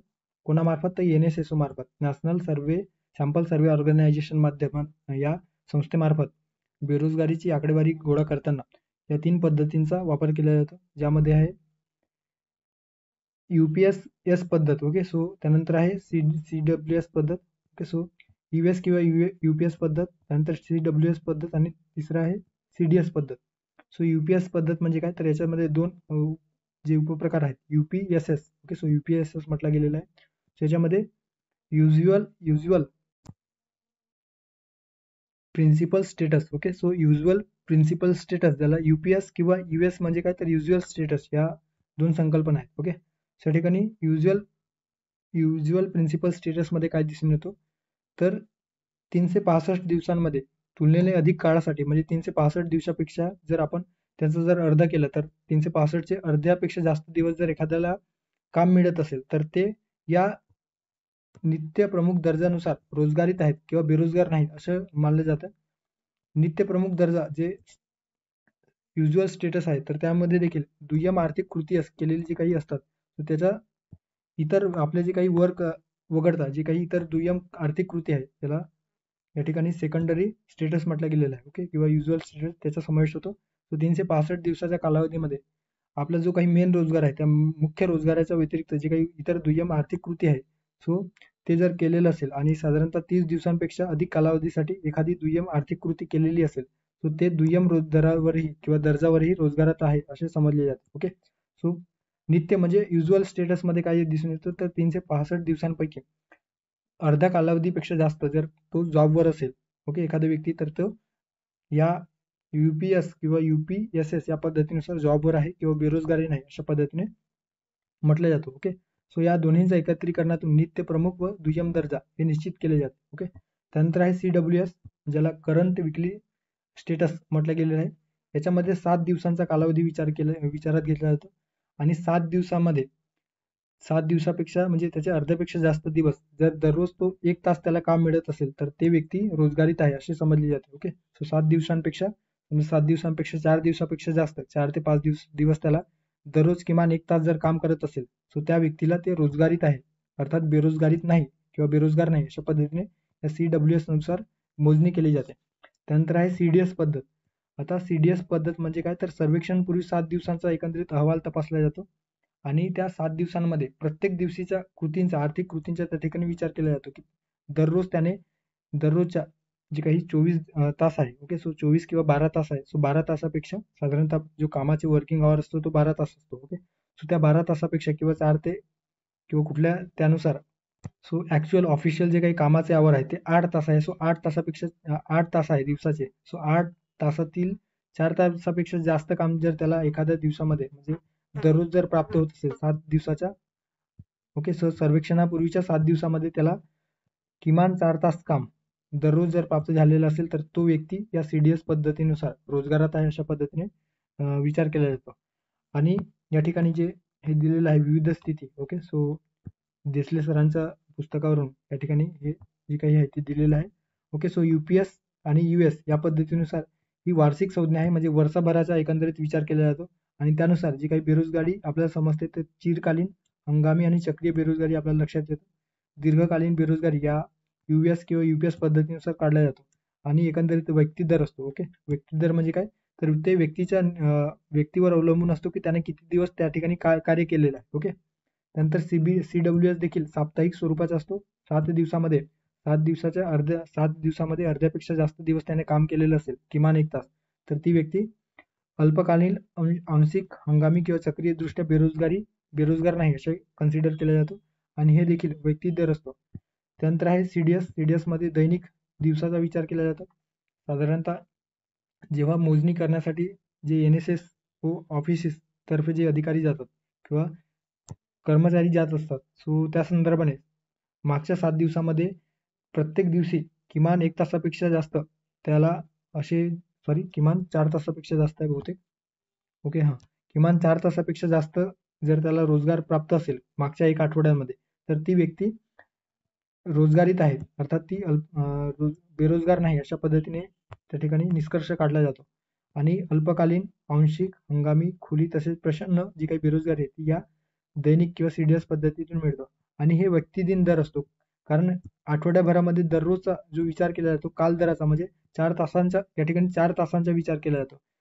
आपण बघितलेलं आहे 4 तासांचा विचार केल्या कारणाने याला काल दर देखील म्हटला जातो किंवा व्यक्तिदिन दर देखील म्हटला जातो, ओके. सो लक्षात ठेवा, जे UPS किंवा US आहे त्याला व्यक्ती दर म्हटलं गेलेलं आहे, CDS ला व्यक्ती दर आणि CDS, ओके, सो CWS ला व्यक्ती दर आणि CDS ला व्यक्तिदिन दर किंवा काल दर, ओके. सो हे लक्षात ठेवा.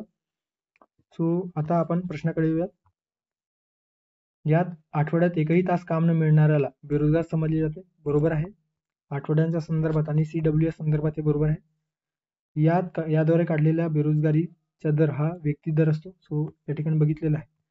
CWS नुसार काढलेला जो काही बेरोजगारीचा दर हा व्यक्ती दर असतो, ओके. याद्वारे आंशिक, अल्पकालीन व हंगामी तसेच चक्रीय बेरोजगारी कळते, ओके. सो क देखील या ठिकाणी योग्य असणार आहे.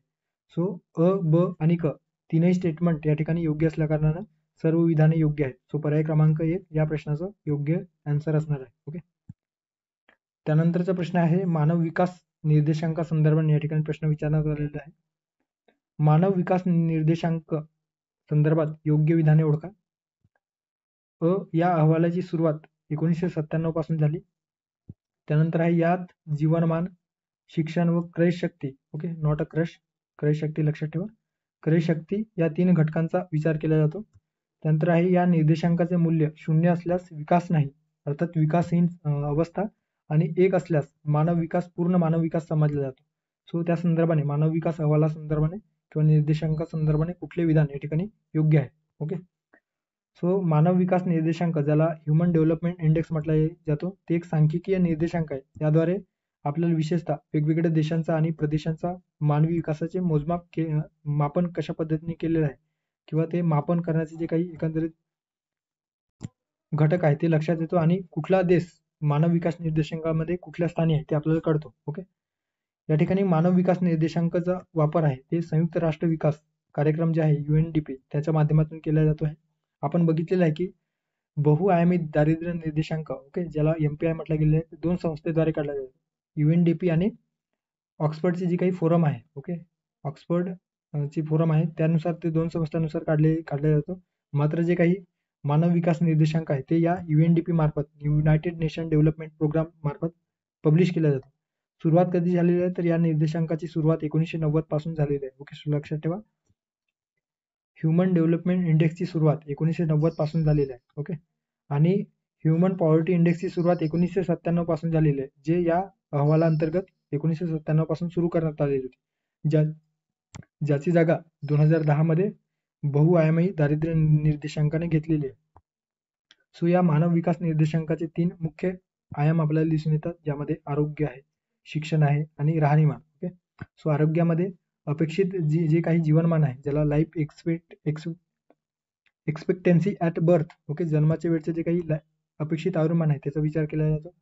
शिक्षणामध्ये सरासरी जे काही शिक्षणाचा कालावधी आहे, ज्याला mean years of schooling, okay, so mean years of schooling म्हटलं गेलेलं आहे, त्याचा विचार केला जातो. सरासरी शिक्षणाचा कालावधी आणि अपेक्षित साले शिक्षणाचा कालावधी, ज्याला एक्सपेक्टेड इयर्स ऑफ स्कूलिंग म्हटलं गेलेलं आहे. ओके, सो हे लक्षात ठेवा.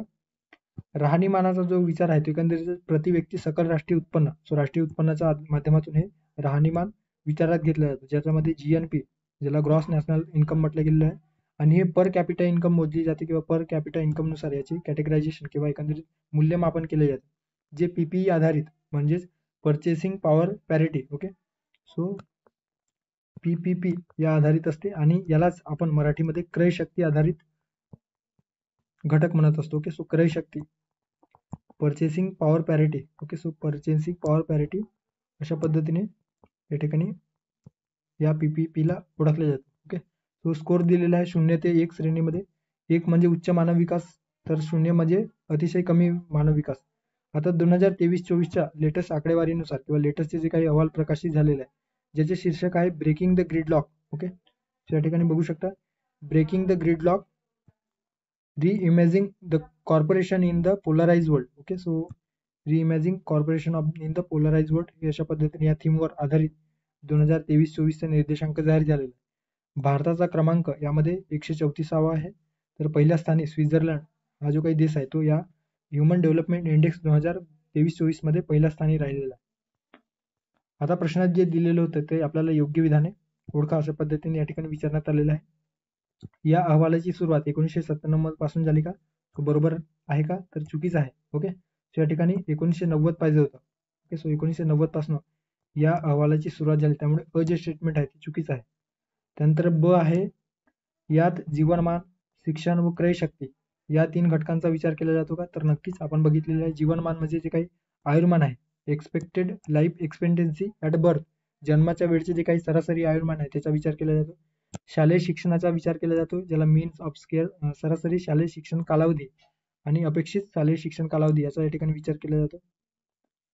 ओके, त्यानंतर राहणीमान जे काही सकल राष्ट्रीय उत्पन्नावर किंवा त्यालाच ग्रॉस नॅशनल इन्कम आणि PPP आधारित अर्थात क्रय शक्ती आधारित त्या ठिकाणी विचार केला जातो. त्यामुळे जीवनमान, शिक्षण आणि क्रय शक्ती यानुसार हे जे काही अहवाल आहे ते काढले जातात.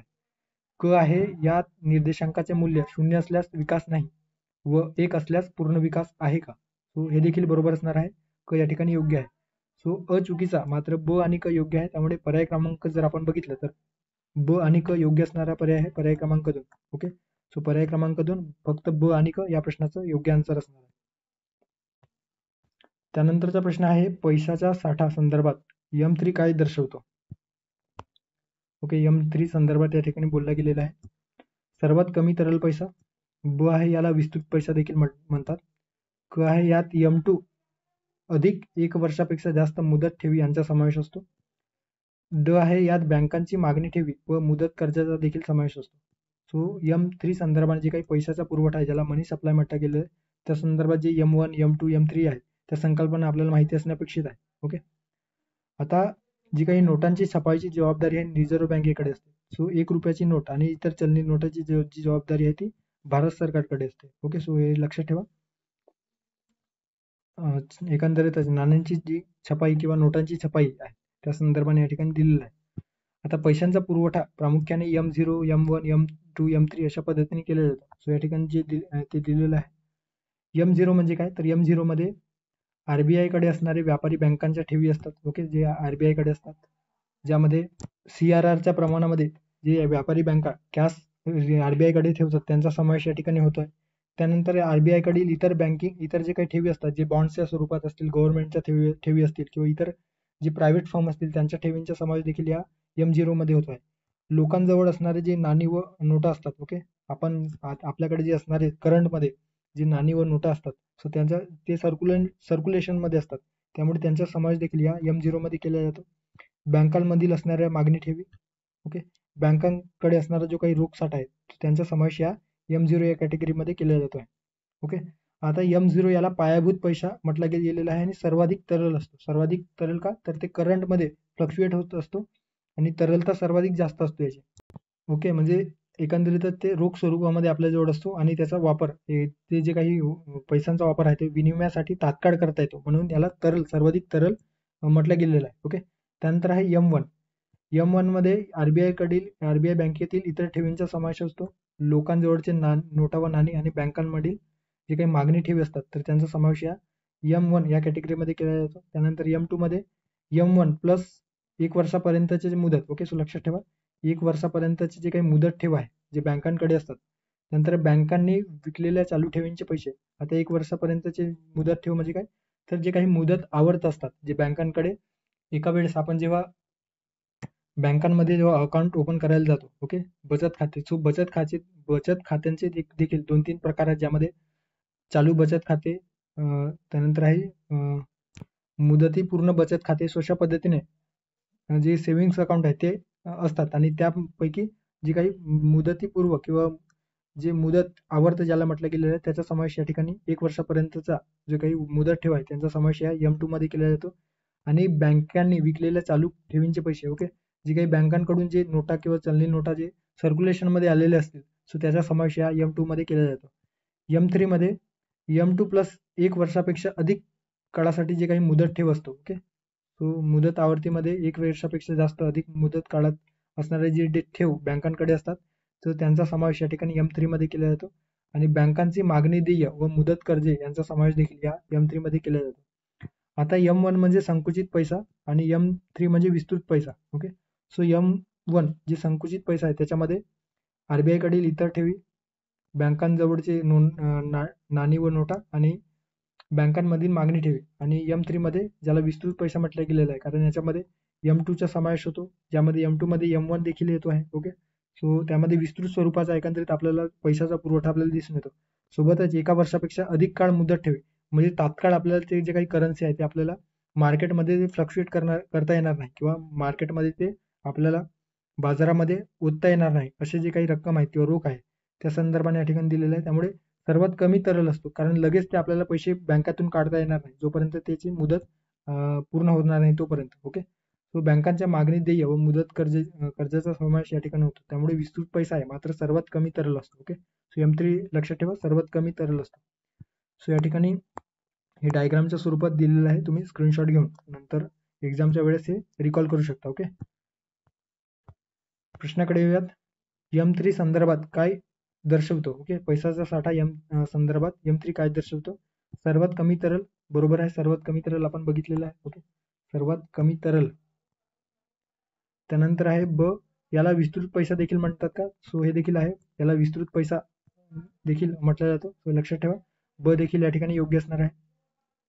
क आहे यात M2 अधिक 1 वर्षापेक्षा जास्त, M2 अधिक 1 वर्षापेक्षा जास्त जे काही मुदत ठेवी आहे त्यांचा समावेश होतो का, तर नक्कीच 1 वर्षापेक्षा जास्त मुदत ठेवीचा समावेश होतो. प्लस यात बँकांची मागणी ठेव मुदत कर्जाचा देखील समावेश होतो. बँकांची जे काही मागणी देय किंवा मुदत कर्ज आहे त्याचा देखील समावेश होतो. सो अ ब क ड, ओके, अ ब क ड या चारही विधानांचा या ठिकाणी M3 मध्ये समावेश होतो. त्यामुळे पर्याय क्रमांक जर आपण बघितलं तर वरीलपैकी सर्व किंवा अ ब क ड, तो पर्याय क्रमांक 4 या प्रश्नाचं योग्य पर्याय असणार आहे. ओके, त्यानंतरचा प्रश्न आहे चलनवाढी संदर्भाने या ठिकाणी प्रश्न आपल्याला विचारण्यात आलेला आहे. खालील योग्य विधाने ओळखा. चलनवाढीमुळे बचत कमी होते. ब आहे अर्थव्यवस्थेसाठी चालणारी चलनवाढ अनुकूल ठरते. क आहे पडणारी चलनवाढ अर्थव्यवस्थेसाठी प्रतिकूल स्वरूपाची असते. आणि ड आहे चलन घटीच्या काळात बचत कमी होते. ओके, तो आपल्याला या ठिकाणी योग्य पर्याय विचारलेला आहे. ओके, आता चलनवाढीचे प्रकार दिलेला आहे. आता चलनवाढ म्हणजे काय, तर जेव्हा मार्केटमध्ये जे वस्तू आणि सेवाच्या किमती जेव्हा अचानक वाढतात आणि सर्वसामान्य ग्राहकांना त्याचा जो काही बोजा आहे तो त्या नेगेटिव्ह इम्पॅक्ट जेव्हा सर्वसामान्यांवर पडत असतो तर त्यावेळेस इन्फ्लेशन झालेलं आहे किंवा चलनवाढ झालेली आहे अशा पद्धतीने आपण म्हणत असतो. ओके, सो सर्वसाधारणपणे वस्तू आणि सेवांच्या किमतीमध्ये जेव्हा अचानक वाढ झालेली असते तर त्यालाच आपण चलनवाढ म्हणत असतो. आता चलनवाढ हे विशेषतः टक्क्यानुसार म्हणजे मागच्या तुलनेत किती टक्क्याने त्याच्यामध्ये वाढ झाली एक बेस रेटनुसार ते वाढत असते. ओके, सो चलनवाढीचे प्रकार साधारणतः आपल्याला 3 किंवा विशेषतः 4 प्रकारचे चलनवाढ आपल्याला दिसून येतात, ज्याच्यामध्ये रांगणारी चलनवाढ, त्यानंतर आहे चालणारी चलनवाढ, पडणारी चलनवाढ. ओके, आता रांगणारी चलनवाढ म्हणजे काय, तर याच्यामध्ये जे काही चलनवाढीचा जो दर आहे तो एकंदरीतच 3% किंवा त्यापेक्षा कमी असतो, एकदम कमी असतो आणि त्यामुळे त्याला रांगणारी चलनवाढ म्हटलं गेलेलं आहे. ओके, विशेषतः चलनवाढीचा अर्थव्यवस्थेवर सहसा परिणाम होत नाही. ही चलनवाढ अर्थव्यवस्थेसाठी धोकादायक नसते. ओके, सो कमी असतो, एकंदरीत सर्वसामान्यांना परवडेल अशा पद्धतीने त्यामध्ये थोडीफार वाढ झालेली असते. 3% वाढ झालेली असते वस्तू व सेवांच्या किमतीमध्ये. ओके, सो त्याला रांगणारी चलनवाढ म्हटलं गेलेलं आहे. त्यानंतर आहे चालणारी चलनवाढ, ज्याला वॉकिंग किंवा ट्रोटिंग इन्फ्लेशन म्हटलं जातं. हे साधारणतः याचा जो काही वार्षिक दर असतो, ओके, सो वार्षिक दर किती असतो तर 3% ते 10% या दरम्यान असतो. आणि चलनवाढ अर्थव्यवस्थेकरिता ही जी काही चालणारी चलनवाढ आहे ती अर्थव्यवस्थेसाठी अनुकूल असते. अनुकूल का असतो तर यामध्ये जी काही तेजीची परिस्थिती आहे ती वाढलेली असते. वस्तू व सेवांच्या किमती जे काही आहेत ते वाढलेले असतात. त्यामुळे आणि एकंदरीत कारण काय असतो तर मागणी वाढल्यामुळे किंवा मागणीजन्य घटकामुळे जी काही चलनवाढ आहे ती वाढलेली असते. अशा वेळेस प्रोडक्शन देखील वाढलं जातं. प्रोडक्शन वाढल्यामुळे काय होतं तर जे काही बेरोजगार आहेत किंवा बेरोजगारीचा जो काही प्रमाण आहे तो थोडाफार कमी होतो, कारण प्रोडक्शनसाठी मजूर किंवा लेबर आवश्यक असतात. ओके, आणि ते लेबर मग या ठिकाणी ते कामगार म्हणून कार्य करतात आणि त्यांना रोजगार प्राप्त होतो. सो चालणारी चलनवाढ जी असते ती अर्थव्यवस्थेसाठी अनुकूल समजली जाते किंवा लाभदायक समजली जाते. सो लक्षात ठेवा. त्यानंतर आहे पडणारी चलनवाढ. आता हे जे काही चालणारी चलनवाढ आहे, जर ते 10%च्या पलीकडे गेले तर त्याचा भीषण परिणाम जो काही आहे तो एकंदरीत आपल्या अर्थव्यवस्थेवर दिसून येतो.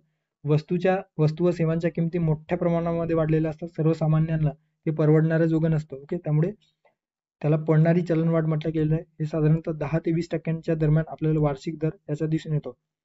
सर्वाधिक फटका गरीब व मध्यमवर्गीय लोकांना या चलनवाढीचा होतो आहे.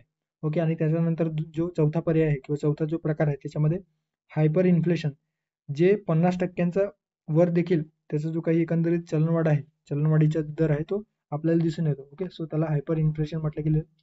आता या इमेजच्या सहाय्याने देखील चलनवाढीचा दर या ठिकाणी बघू शकता. वॉकिंग 3 ते 10%. ओके, क्रिपिंग म्हणजे रांगणारी चलनवाढ साधारणतः 3% किंवा 3पेक्षा कमी. ओके, त्यानंतर चालणारी 3 ते 10%च्या दरम्यान. गॅलोपिंग म्हणजे पडणारी 10%पेक्षा जास्त म्हणजे 10 ते 20%च्या दरम्यान असतो. आणि हायपर इन्फ्लेशन म्हणजे रॉकेट सारखे जे वस्तू व सेवांच्या किंमत आहे ते वाढलेले असतात. ओके, सो इमेज लक्षात ठेवा, तुम्हाला व्यवस्थित कळेल. ओके, सो हे पिक्टोरियल मेमरी जर आपण व्यवस्थित लक्षात ठेवले तर आपल्याला प्रश्न चुकणार नाही. आता प्रश्न या ठिकाणी विचारण्यात आलेला आहे, खालील योग्य विधाने ओळखा. चलनवाढीमुळे बचत कमी होतो का? जेव्हा चलनवाढ झालेली असते तर त्याला जे आपल्याकडे जो बचत असतो तो बचत कमी होतो, कारण आपल्याला जास्त पैसे मार्केटमध्ये होतो. एखाद्या वस्तू व सेवा खरेदी करायची असतील तर आपल्याला जास्त पैसे मोजावे लागतात. परिणामतः आपल्याकडे जो सेव्हिंग असतो तो सेव्हिंग संपत जातो, अर्थात बचत कमी होत असते. ओके, त्यामुळे जे स्टेटमेंट आहे ते या ठिकाणी योग्य असणार आहे. त्यानंतर ब आहे, अर्थव्यवस्थेसाठी चालणारी चलनवाढ अनुकूल ठरते का? तर बरोबर आहे, आताच बघितलं. जे साधारणतः 3 ते 10%. ओके, सो 3 ते 10%च्या दरम्यान जे काही चलनवाढ असते ते आपल्या अर्थव्यवस्थेसाठी अनुकूल ठरते. त्यामुळे ब जे स्टेटमेंट आहे ते या ठिकाणी योग्य असणार आहे. त्यानंतर आहे पडणारी चलनवाढ. पडणारी, ज्याला गॅलोपिंग इन्फ्लेशन म्हटलं गेलेलं आहे, सो प्रतिकूल असते का? सो हे देखील आपण बघितलेलं आहे. सर्वाधिक फटका गरीब व मध्यमवर्गीयांना होतो आहे. सो हे जे काही पडणारी चलनवाढ आहे ते एकंदरीतच प्रतिकूल स्वरूपाची आपल्या अर्थव्यवस्थेसाठी ठरतो आहे. त्यानंतर आहे चलन घटीच्या काळात बचत कमी होते. चलन घटीच्या काळात बचत कमी होत नाही, तर चलनवाढीच्या काळात बचत कमी होते. आता हे जे काही प्रश्न आहेत ते आपण एका विधानावरून प्रश्न सॉल्व्ह करू शकलो असतो. कसं काय? सो या ठिकाणी जे स्टेटमेंट आहे त्याच्यात दिलेलं आहे चलनवाढीमुळे बचत कमी होते, आणि मध्ये दिलेलं आहे चलन घटीच्या काळात बचत कमी होते. एकतर ते चलनवाढीच्या काळात बचत कमी होईल किंवा चलन घटीच्या काळात. सो दोन्ही एकाच वेळेस योग्य असणार नाही. सो दोन्ही एकाच वेळेस योग्य असणार नाही, त्यामुळे वरीलपैकी सर्व दिलेलं हे देखील चुकीचं आहे. आणि या ठिकाणी देखील आणि हे दोन्ही स्टेटमेंट दिलेले आहे, त्यामुळे हे देखील या ठिकाणी आपण एलिमिनेट करू शकतो. आता आपल्याकडे एकतर ब क ड योग्य असणार आहे किंवा अ ब क योग्य असणार आहे. ओके, सो या दोनपैकी कुठला तरी एक पर्याय योग्य असेल. ओके, मात्र या ठिकाणी या प्रश्नाचा योग्य पर्याय क्रमांक 1. ओके, कारण चलनवाढीमुळे बचत कमी होत असतो. त्यामुळे पर्याय क्रमांक 1 अ, ब, क या प्रश्नाचं योग्य आन्सर असणार आहे. त्यानंतरचा प्रश्न आहे घाऊक किंमत निर्देशांक, ज्याला होलसेल प्राइस इंडेक्स अशा पद्धतीने म्हटलं जातं. सो त्या संदर्भात योग्य विधाने ओळखा. यात केवळ वस्तू गटाचा समावेश असतो. ब आहे यासाठी आधारभूत वर्ष 2017-18 आहे. क आहे यात वस्तू गटात 697 वस्तूंचा समावेश होतो. ड आहे यात प्राथमिक वस्तू, इंधन गटातील वस्तू आणि उत्पादित वस्तूंचा समावेश आहे. सो घाऊक किंमत निर्देशांकाच्या संदर्भाने योग्य विधान कोणते आहे ते ओळखा, अशा एकंदरीत प्रश्न या ठिकाणी दिलेला आहे. ओके, आता या ठिकाणी घाऊक किंमत निर्देशांक आणि ग्राहक किंमत निर्देशांक असे दोन घटक या ठिकाणी दिलेले आहे किंवा दोन संकल्पना आपण या ठिकाणी समजून घेणार आहोत. ओके, सो घाऊक किंमत निर्देशांक सर्वप्रथम वापर या घाऊक किंमत निर्देशांका संदर्भाने सर्वप्रथम वापर 1942 मध्ये 23 वस्तूंसाठी करण्यात आलेला होता. ओके, सो लक्षात ठेवा 1942 मध्ये होलसेल प्राइस इंडेक्सचा वापर सर्वप्रथम करण्यात आलेला होता. 2012 मधील जे काही डॉक्टर सौमित्र चौधरी यांच्या कार्यगटानुसार 2017 मध्ये WPI च्या मापनासाठी, सो या डॉक्टर सौमित्र चौधरी या कार्यगटाने शिफारस केल्यानुसार 2017 मध्ये WPI मापनासाठी 2011-12 हे नवीन आधारभूत वर्ष स्वीकारण्यात आलेले आहे. ओके, आणि यानुसार 2011-12च्या आधारभूत वर्षानुसार 697 वस्तूंचे वर्गीकरण 3 गटांमध्ये केलं जातं. एक आहे प्राथमिक वस्तू गट, ओके, ज्यामध्ये 117 वस्तूंचा समावेश होतो. दुसरा आहे इंधन आणि ऊर्जा गटातील वस्तू, ज्यामध्ये 16 वस्तूंचा समावेश होतो. आणि तिसरा आहे उत्पादित वस्तू, ज्यामध्ये 564 वस्तूंचा समावेश होतो. सो असे एकूण 697 वस्तूंच्या या घाऊक किंमत निर्देशांकामध्ये समावेश होतो आहे. ओके, आता हे निर्देशांक कोण पब्लिश करत असतो, तर आर्थिक सल्लागार कार्यालय, जे वाणिज्य व उद्योग मंत्रालयाद्वारे कार्यान्वित केले जातं. ओके, सो त्या आर्थिक सल्लागार कार्यालयाच्या माध्यमातून घाऊक किंमत निर्देशांक पब्लिश केला जातो. Okay, so year on year पद्धतीने काढला जातो. लक्षात ठेवा, वर्ष ते वर्ष या पद्धतीने काढला जातो. आणि विशेष म्हणजे या ठिकाणी फक्त सेवांचा समावेश होत नाही. ओके, सो सेवांचा समावेश होत नाही इन द सेन्स फक्त वस्तू गटांचा समावेश होतो, तर सेवांचा समावेश होत नाही. ओके, सो लक्षात ठेवा WPI मध्ये सेवांचा समावेश होत नाही. त्यानंतर आहे ग्राहक किंमत निर्देशांक, ज्याला CPI कन्झ्युमर प्राइस इंडेक्स म्हटलं गेलेलं आहे. सो त्या संदर्भाने या ठिकाणी इन्फॉर्मेशन दिलेलं आहे, जे तुम्ही वाचून घेऊ शकता. ओके, 2015 पासून 2012 हे आधारभूत वर्ष गृहीत धरून सध्या 6 वस्तू व सेवांच्या गटांचा विचार केला जातो आणि यामध्ये वस्तू व सेवा या दोन्ही घटकांचा विचार केला जातो. ओके, सो 2011 पासून 3 नवीन निर्देशांकाची रचना करण्यात आलेली आहे, ज्याच्यामध्ये ग्रामीण भागासाठी ग्राहक किंमत निर्देशांक CPI रूरल याला म्हटलं गेलेलं आहे. त्यानंतर शहरी भागासाठी ग्राहक किंमत निर्देशांक, ज्याला CPI अर्बन, आणि दोन्हीसाठी ग्रामीण व शहरी भागांसाठी एकत्रितरित्या ग्राहक किंमत निर्देशांक पब्लिश केला जातो. ओके, सो अशा पद्धतीने ग्राहक किंमत निर्देशांक आणि घाऊक किंमत निर्देशांक या ठिकाणी दिलेला आहे. आता आपल्याला घाऊक किंमत निर्देशांका संदर्भाने प्रश्न विचारण्यात आलेला होता. योग्य विधाने ओळखा. यात केवळ वस्तू गटांचा समावेश असतो का, तर बरोबर आहे. WPI मध्ये अर्थात होलसेल प्राइस इंडेक्स मध्ये फक्त वस्तू गटाचा समावेश असतो. तर ग्राहक किंमत निर्देशांकामध्ये वस्तू प्लस सेवा या दोन्हींचा समावेश होतो. यासाठी आधारभूत वर्ष 2017-18 ठरवण्यात आलेलं आहे का, तर चुकीचं आहे. या ठिकाणी बघितलेलं आहे, जे आधारभूत वर्ष आहे WPI साठी ते 2011 ते 12 अशा पद्धतीने आधारभूत वर्ष या डॉक्टर सौमित्र चौधरी यांच्या कार्यगटाने शिफारस केल्यानुसार ठरवण्यात आलेलं आहे. त्यामुळे ब स्टेटमेंट या ठिकाणी चुकीच असणार आहे. सो ब आपण जर एलिमिनेट केलं तर आपल्याला योग्य पर्याय मिळतो आहे. ओके, त्यानंतर क स्टेटमेंट आपल्याला काय दिसून येतं, तर क मध्ये दिलेलं आहे की 697 वस्तूंचा समावेश होतो. सो क या ठिकाणी योग्य असणार आहे. 697 वस्तूंचा समावेश, ज्यामध्ये प्राथमिक वस्तू, इंधन आणि ऊर्जा गटातील वस्तू आणि उत्पादित वस्तू यांचा समावेश होतो आहे. ओके, आणि चौथा ड स्टेटमेंट आहे, यात प्राथमिक वस्तू, इंधन गटातील वस्तू व उत्पादित वस्तूंचा समावेश होतो. सो हे देखील या ठिकाणी ड जे स्टेटमेंट आहे ते बरोबर आहे. सो ब चुकीचा आहे. ओके, सो ब चुकीचा आहे. सो अ क ड, अ क आणि ड या ठिकाणी अ क ड असणारा पर्याय आहे पर्याय क्रमांक 2. ओके, सो पर्याय क्रमांक 2 या प्रश्नाचं योग्य आन्सर असणार आहे. त्यानंतरचा या लेक्चर मधील शेवटचा प्रश्न आणि चलनवाढीच्या कारणांविषयी या ठिकाणी प्रश्न विचारण्यात आलेला आहे. खालील कोणते घटक खर्च दाबजन्य चलनवाढीचे कारण नाहीत. ओके, सो खर्च दाबजन्य आणि मागणी ताणजन्य अशा दोन कारणे किंवा दोन चलनवाढीची कारणे आपल्याला दिसून येतात. ओके, सो थोडक्यात ते आपण समजून घेणार आहोत की खर्च दाबजन्य आणि मागणी ताणजन्य कारणे कुठली आहेत. सो या ठिकाणी आपल्याला खर्च दाबजन्य चलनवाढीची कारणे कोणती नाहीत म्हटल्या गेलेलं आहे. अर्थात आपल्याला मागणीजन्य कारणे या ठिकाणी फाइंड आउट करायचं आहे. ओके, उत्पादनात घट, साठेबाजी, तुटीचा अर्थभरणा, नैसर्गिक संकट, लोकसंख्येत वाढ. ओके, सो या ठिकाणी जे दिलेलं आहे चलनवाढ. ओके, सो चलनवाढी संदर्भात जी काही महत्वाची कारणे आहेत ते कारणांमध्ये मागणी वाढल्याने जेव्हा चलनवाढ घडून येते तर त्याला मागणी ताणजन्य चलनवाढ म्हटलं गेलेलं आहे. आणि पुरवठा कमी झाल्याने अर्थात एखाद्या वस्तू व सेवांचा पुरवठा जर कमी झालेला असेल so अशा वेळेस त्या ठिकाणी काय असतो तर वस्तू व सेवांचा तुटवडा आपल्याला मार्केटमध्ये दिसून येतो आणि यावेळेस जे काही व्यापारी वर्ग आहेत ते मोठ्या प्रमाणात त्या वस्तूंचा फायदा करून घेतात आणि मोठ्या प्रमाणात ते नफा कमवित असतात. ओके, सो त्यामुळे देखील त्या ठिकाणी चलनवाढ झाल्याचे आपल्याला दिसून येतो.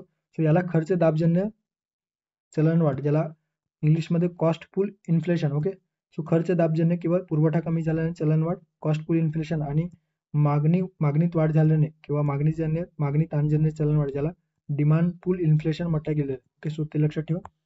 आता मागणी वाढल्याने जे ताणजन्य चलनवाढ निर्माण होतो त्याच्यामध्ये कारणीभूत असणारे घटक कोणते आहेत तर लोकांच्या खर्चात होणारी वाढ, एकाएकी किंवा एकंदरीत लोकांच्या खर्चामध्ये किंवा राहणीमानामध्ये जेव्हा वाढ होतो आणि ते जास्त प्रमाणामध्ये जेव्हा खर्च करतात सो अशा वेळेस वस्तू आणि सेवांच्या किमतीमध्ये मागणीत वाढ झाल्या कारणाने त्या वस्तू आणि सेवांच्या किमती देखील वाढत असतात. सो त्याला मागणी वाढल्याने एकंदरीतच चलनवाढ होत असतो. ओके, त्यानंतर सरकारी खर्चात वाढ, सरकारने वेगवेगळ्या इनिशिएटिव्हच्या माध्यमातून ओके ज्यामध्ये अनुदान असतील किंवा सोशल सिक्युरिटी स्कीम असतील, ज्यामध्ये प्रधानमंत्री वयश्री योजना, वयवंदन योजना वगैरे जे काही आहेत, अलीकडे PM किसान सन्मान योजना आहे. ओके, सो यामुळे देखील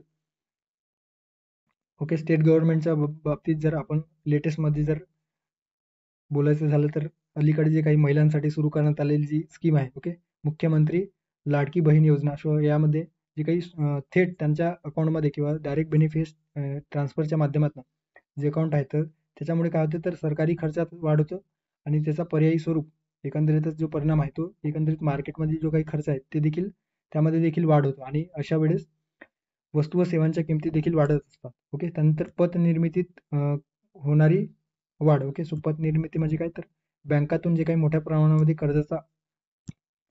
कर्ज मोठ्या प्रमाणामध्ये वाढला जातो किंवा कर्ज देण्याचं प्रमाण जेव्हा वाढतो त्यावेळेस लोकांकडे एकंदरीतच जो काही रोख साठा आहे किंवा एकंदरीत पैसा आहे तो हातात आल्यामुळे ते जास्त प्रमाणात खर्च करतात आणि त्यामुळे देखील मागणी वाढत असते आणि परिणामी जी काही किंमत आहे ते किंमतीमध्ये वाढ होत असतात. ओके, तुटीचा अर्थभरणा. ओके, गव्हर्नमेंटने तुटीचा अर्थभरणा केल्यामुळे जास्तीचा जो पैसा आहे तो मार्केटमध्ये गव्हर्नमेंट ओतत असतो आणि त्या माध्यमातून देखील चलनवाढ होत असतो. काळा पैसा ओके ब्लॅक मनीच्या माध्यमातून देखील हे मागणीजन्य चलनवाढ आपल्याला दिसून येतो. लोकसंख्या मोठ्या प्रमाणामध्ये वाढल्याने एकंदरीतच जी काही मागणी आहे ती मागणी वाढते आणि परिणामी वस्तू व सेवांच्या किमती वाढत असतात.